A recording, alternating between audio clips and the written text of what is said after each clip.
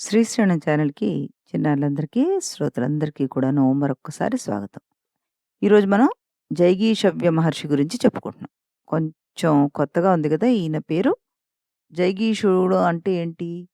అర్థం తెలుసుకుందాం మనం. జిగీషువు అంటే జయించాలన్న కోరిక కలవాడు అని అర్థం అన్నమాట. ఈ జైగీషవ్యుడు కపిల మహర్షికి శిష్యుడు, మిత్రుడు కూడాను. వీళ్ళిద్దరూ కలిసి అశ్వశిరుడనే రాజుని చూడ్డానికి వెళ్లారన్నమాట.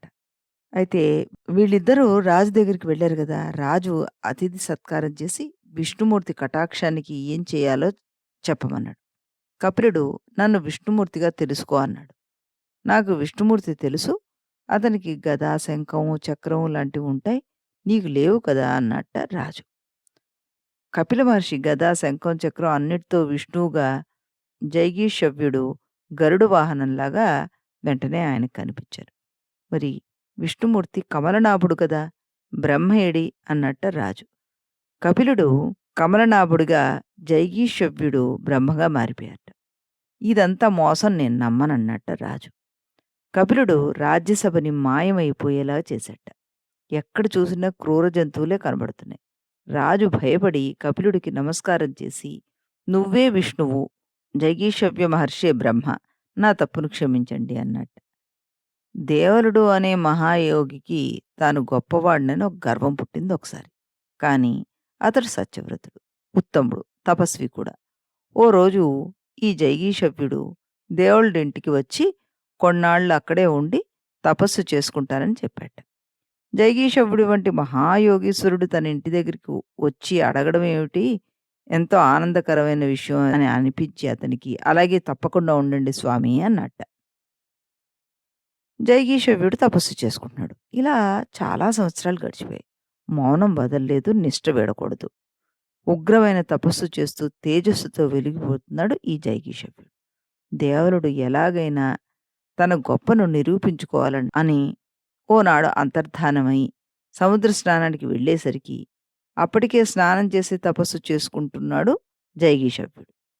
తన పని పూర్తి చేసుకుని యోగ విద్యతో తిరిగి వచ్చిన దేవలుడు యథాస్థానంలో కూర్చుని మౌన నిష్టలో ఉన్న జైగీషవ్యుడిని చూసి ఆశ్చర్యపోయాడట.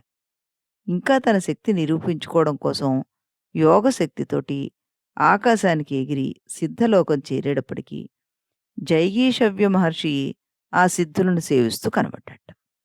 దేవలుడు పితృలోకం, యమలోకం, సోమలోకం, అగ్నిలోకం, రుద్రలోకం ఇలా ఎక్కడికి వెళ్ళినా ఈ జైగీషవ్య మహర్షి అక్కడ కనిపిస్తున్నాడు. దేవలుడు మహర్షి పాదాల మీద పడి, "సామాన్యమైన మనిషిలా నా ఆతిథ్యాన్ని అడిగావు. నువ్వింత గొప్పవాడవని నాకు తెలీదు, క్షమించు మహర్షి" అంటూ ప్రాధేయపడ్డాడు. దేవలుడు జైగీషవ్య మహర్షికి శిష్యుడైపోయి తన తపస్సును ధారపోసి పితృదేవతలకు ఉత్తమగతులు, భూతతృప్తి కలిగించి సన్యాసం తీసుకొని మోక్షాన్ని పొందాట. ఇంకోసారి ఏమైందంటే పార్వతీ పరమేశ్వరులు మేరు పర్వతం మీదుగా తిరుగుతూ ఉండగా పార్వతీదేవి అందిట, "స్వామి, అర్థం గొప్పదా, అర్థశక్తి గొప్పదా" అని అడిగిందిట శివుణ్ణి. "అర్థశక్తి అర్థంలో కలిసి ఉంది. కాబట్టి అర్థమే గొప్పదన్నాడు జైగీషభుడు. మధ్యలో వచ్చాడు గాబట్టి వాడిని శపిస్తానందిట పార్వతి. అతడు చాలా గొప్ప బ్రహ్మజ్ఞాని, కావాలంటే పరీక్షించుకో" అన్నట్ట శివుడు. పార్వతీ పరమేశ్వరుల పరీక్షలో నెగ్గిపోయాడు ఈ జైగీషవ్యుడు. ఈ రకంగా ఈ జైగీషవ్యుడు పార్వతీదేవి పెట్టిన పరీక్షలో నెగ్గి, "నీకేం కావాలో కోరుకో నాయనా" అంటే, "నాకేమీ వద్దు, కోరికలే లేవు" అన్నట్ట ఆ మహర్షి. ఎంత గొప్ప వ్యక్తో చూడండి. దేవుడొచ్చి అడిగినా కూడాను నాకేం కావాలో ఏమీ అక్కర్లేదు, అన్నీ వచ్చేసాయి అన్నట్టుగా ఏమీ వద్దు అని చెప్పాడట చక్కగాను. తనకేదైనా కోరికలు ఇంకా మిగిలున్నాయంటే అవి లేవు అంటూ నిజమైన మహర్షి ఎలా ఉండాలో అలా యోగిలా ఉన్నాడు ఈ జైగీషవ్య మహర్షి. ఈరోజు ఇంకో కథ కూడా చెప్పుకుందాం మనం చిన్నది. ఈరోజు ఇంకొక మహర్షి పేరు తండి మహర్షి.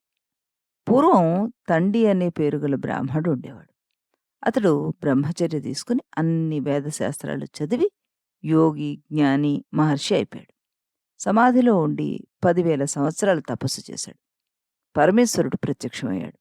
తండి పరమేశ్వరుణ్ణి చూసి ఆనందంతోటి, "ఓ పరమేశ్వర! యోగీశ్వరులు ఎప్పుడూ ఎవరినైతే గొప్పవాడని స్తోత్రం చేసి, ప్రధానమైన వాడని భావించి, పురుషుడని పూజ చేసి, అధిష్టాన దేవత అని అర్చన చేసి, ఈశ్వరుడు అని ఎంచి ఊహిస్తారో అతడే నువ్వు. నువ్వు అజుడవి, అనాథనిధుడవి, విభుడవి, ఈశుడవి, అత్యంత సుఖివి, అనగుడివి. నేను భక్తితో శరణు కోరుతున్నాను అన్నట్టు. పరమేశ్వరుణ్ణి చూసి తండ్రికి ఇంకా ఆనందం తగ్గక ఏమన్నాడు? ఓ పరమేశ్వరా! కామక్రోధాలు అన్నీ నువ్వే, ఊర్ధ్వ అధోభాగాలు నువ్వే, బ్రహ్మ విష్ణు మహేశ్వరుడివి నువ్వే, నిత్యానందుడివి, పరమ పదము అయిన వాడివి నువ్వే. దేహకర్తవు నువ్వే, దేహభర్తవు కూడా నువ్వే, దేహివి, ప్రాణగతివి అన్నీ నువ్వే. జనన మరణాలు కలిగించేది నువ్వే. దిక్కులు, యుగాలు, అయనాలు అన్నీ నువ్వే కదయ్యా! రాత్రి పగలు చెవులు కళ్ళగా, పక్షాలు శిరస్సుగా, మాసాలు భుజాలుగా, ఋతువులే వీర్యంగా, మేఘమాసము ధైర్యంగా, సంవత్సరాలు పాదాలుగా, అంతటా నువ్వే ఉన్నావు అని స్తుతించాట. ఈ విధంగా స్తోత్రం చేసిన తండి మహర్షి భక్తికి మెచ్చిన పరమేశ్వరుడు, వత్సా! నువ్వు తేజస్శాలివి, కీర్తిమంతుడివి, జ్ఞానివి, ఋషుల్లో గొప్పవాడివవుతావు. నీకేం కావాలో అడుగు అన్నట్ట. ఈశ్వరా! నీ దయ కంటే నాకు కావాల్సింది ఏమీ లేదయ్యా!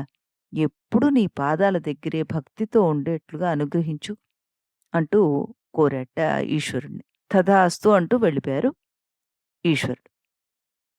తర్వాత తండి మహర్షి ఒక ఆశ్రమాన్ని నిర్మించుకుని తపస్సు చేసుకుంటూ ఉండిపోయాడు. ఉపమన్యు మహర్షి తండి మహర్షి దగ్గరికి వచ్చి పరమేశ్వరుడి సహస్రనామాలు చెప్పమని అడిగాట. ఇంతకుముందు దేవతలకి 10,000 నామాలు బ్రహ్మ చెప్పాడు. వాటి నుండి 1000 నామాలు స్వర్గలోకంలో ఉన్న వాళ్ళ కోసం బ్రహ్మ ఇచ్చాడు. భూలోకవాసుల కోసం తండి 1000 నామాలు భూలోకంలోకి తెచ్చాడు. దీన్నే తండికృత శివ సహస్రనామ స్తోత్రం అంటుంటారు.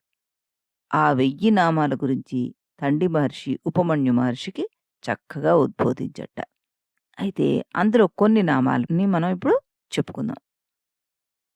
స్థిరుడు, స్థాణువు, ప్రభువు, భీముడు, ప్రవరుడు, వరదుడు, వరుడు, సర్వాత్మ, జటిచర్మ, శిఖండి, ఖచరుడు, గోచరుడు ఇలాంటివి. ఇలా 1000 నామాలు జపిస్తే అనుకున్న పనులన్నీ ముగుస్తాయి, ముక్తి పొందుతారు అంటూ చక్కగాను ఉపమన్యు మహర్షికి ఆయన వివరించి చెప్పారట.